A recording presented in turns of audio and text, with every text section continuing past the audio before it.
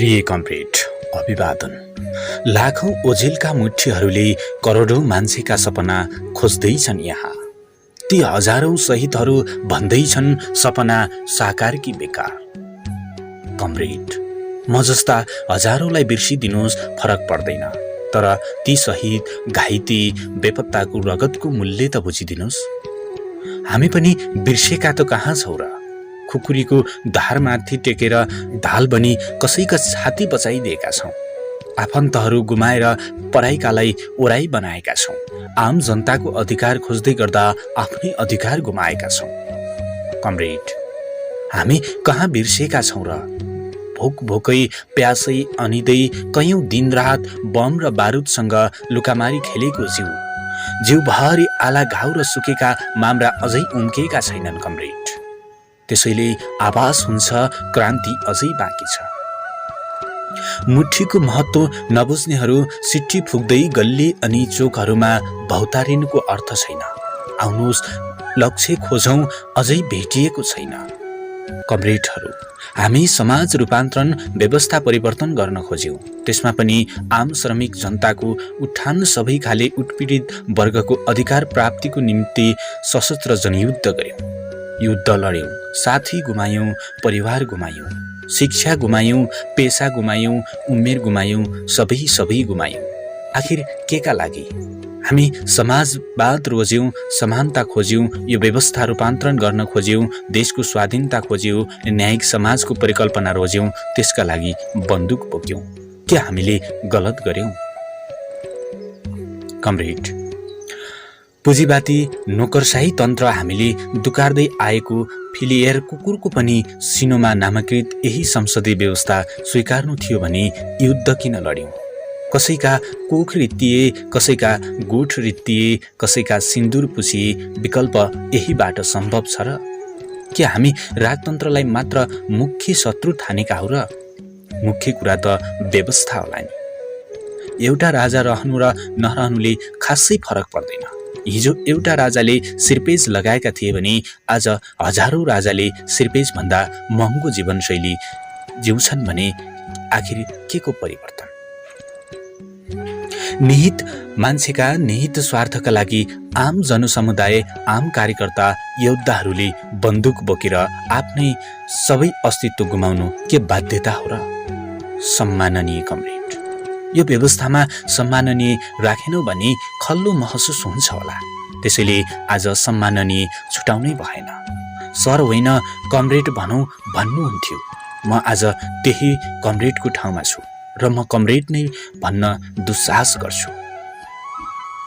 खै केही छैन, सच्चा कम्युनिस्टहरू मानवीय संस्कार भन्दा बाहिर जानै सक्दैनन् र त आज म जहाँ छु त्यही संस्कारमा छु। कमरेड, म युद्ध लडिरहँदा झोलाभरि किताब हुन्थे। झोला पिठ्यू पछाडि हुन्थ्यो। छातीमा म्यागजिनहरू अनि कम्मरभरि गिर्नेद, हातमा बन्दुक, आफ्नै अगाडि मात्र हेरियो। पिठ्यू पछाडिको किताब पल्टाउने फुर्सदै भएन। आज नेता बन्न किताबै पल्टाउनु पर्दो रहेछ। आज ती किताब हेर्छु, किताब धेरै पुराना भइसकेका छन्। हिजो किताब र आजको व्यवहार निकै फरक देखे र पढ्न पनि छोडे। अनि अठोट गरे मुख्य कुरा त समाज, समस्या र आवश्यकता, अझै मानव जीवनलाई पढ्नु पर्दो रहेछ। आज त्यही पढ्दैछु। किताब खाली मान्छेहरूलाई भ्रममा राखेर व्यापार गर्ने भाषणको साधन मात्र बन्यो। लेखिएको कुरा पढिने गरिएन। आँखा अगाडि मान्छेहरूलाई टिपियो, आँखा पछाडि कुल्चियो, कहिल्यै हेरिएन र कहिल्यै सोचिएन। म अगाडि पुग्नु नै पछाडिबाट ढकेल्नु हो भन्ने कुरा यही हो कपुत दृष्टि भनौँ। आज पावरफुल चस्मा लगाएर अगाडिका किरा फट्याङ्ग्रा पनि समाए, तर पछाडिका हिरा पनि छुटाए। आज हाम्रो आन्दोलन, हाम्रो इतिहास जुन अवस्थामा छ, परिणाम यही हो। एउटा भनाइ छ, 2 पाइला अगाडि हिँड्नु अघि 1 पाइला पनि हटेर पछि हेर। एउटा निर्णय लिनु अघि 10 चोटि सोच, तर हजारौं माइल अगाडि पुग्दासम्म पनि कहिल्यै हेरिएन। 10 वटा निर्णय गरिन्छ, 1 चोटि सोचिँदैन। अनि पश्चातको विकल्प रहन्छ र? मेरो कुण्ठा निराशा केही होइन, आवेग हो। केही समय अगाडि एउटा गायकले गीत गाएछन्, तपाईहरू सुन्नुभयो। भटभटी मन पोलेन, मलाई त पोल्यो त। तपाईहरूलाई पोलोस् पनि कसरी? ढुङ्गा छलिदिने पुलिस, आगो निभाइदिने पुलिस, छाती सेकिदिने आफन्त र ठेकेदार। हिजो पो ढाल बनेर गोली छलिदियौँ, तपाईँ आनन्दले निदाउँदा रातभरि पानीमा भिज्दै बन्दुक बोकेर बाहिर ड्युटी गरिरह्यौँ।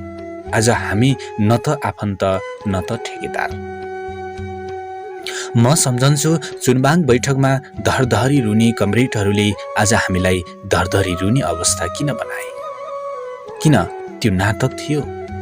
कुनै ताका जनमुक्ति सेना यो राष्ट्रको भविष्य छाती फुलाउने योद्धाहरूको छाती आज खुम्चाएर खुसी छाडी खाडी जानुपर्ने अवस्था किन आयो? हजारौं योद्धाहरू ढले, जनसत्ता ढले, कम्युन ढले, आस्था ढले, विचार ढले, सपना ढले, अनि ऊर्जा पनि ढले।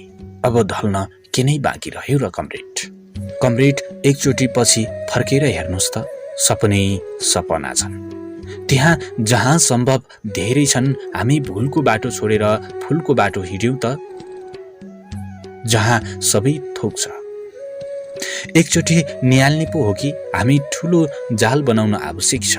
त्यो विचार हो, हामी जति फुकाएर फाल्छौँ पराईहरू पनि समेटिन्छन्, अनि धेरै फुकाउन सकेनौँ भने उही ढोले गाडो पर्ने निश्चित छ। माछा सबै माछा हुन्, जात पो फरक हुन सक्छन् भन्ने कुरा हामी कहिल्यै बुझेनौँ। हामीमा संकीर्णता, व्यक्तिवाद, नाता र कृपामा अल्झिरह्यो। आज त्यही घाउ हो, दिनदिनै बल्झिरहन्छ। हाम्रा मुख्य दुश्मनहरू त्यसको फाइदा लिन हर कोसिस गरिरहन्छन्। म गोपनीयता भङ्ग गर्न चाहँदैन थिएँ, तर विषयवस्तु निकै टाढा पुगिसकेछ। म नबोल्नुको अर्थ रहेन, किनकि हामी विचलनमा प्रष्ट भयौँ। इमान्दारितामा पारदर्शी हुन कहिल्यै सकेनौँ। हामी समीक्षा गर्छौँ, समझदारी कहिल्यै गर्न सकेनौँ। टुटफुट र विभाजनमा रमायौँ, एकता खुसी साट्न भने कहिल्यै सकेनौँ। हाम्रो आन्दोलन र इतिहासमाथि गर्व गर्न नसक्नु मुख्य समस्या हो। हामी पद, पैसा र प्रतिष्ठाका लागि देश र जनतामाथि बढी जिम्मेवार रह्यौँ भने टुटेका मन, फुटेका तन सबै बाँधिनु विकल्प छैन। शहीदहरूको भत्किएको आत्मा, घाइतेहरूको चिरिएको छाती, वृत्तिएका योद्धाहरूको सही ढङ्गले मूल्याङ्कन नहुँदासम्म पार्टी होइन, पार्टी बन्ने खतरा छँदैछ। सम्पूर्ण आदरणीय कमरेडहरू, कार्यदिशा सही या गलत हुनुले सबै कुराको निर्धारण गर्दछ। कार्यदिशा सही छ भने गुमेका हर चिज पनि प्राप्ति गर्न सकिन्छ। यदि कार्यदिशा गलत नै भयो भने प्राप्ति, उपलब्धि पनि गुम्ने खतरा छ। प्रेम छेत्री, पूर्व जनमुक्ति सेना।